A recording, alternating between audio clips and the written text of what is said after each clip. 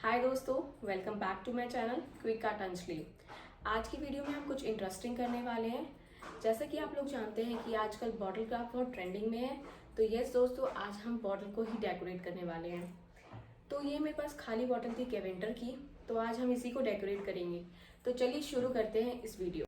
लेकिन आज की वीडियो शुरू करने से पहले अगर आपने मेरे चैनल को अभी तक सब्सक्राइब नहीं किया है तो जल्दी से सब्सक्राइब कर लीजिए और बेल आइकन प्रेस करना ना भूले मेरी न्यू वीडियो के अपडेट के लिए।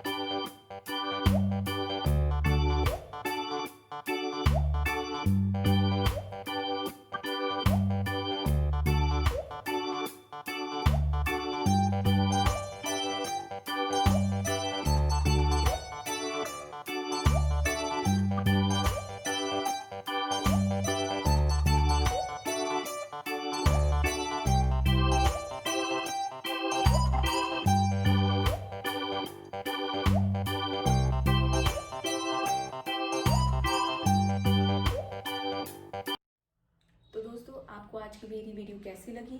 उम्मीद है आपको मेरी वीडियो पसंद आई होगी।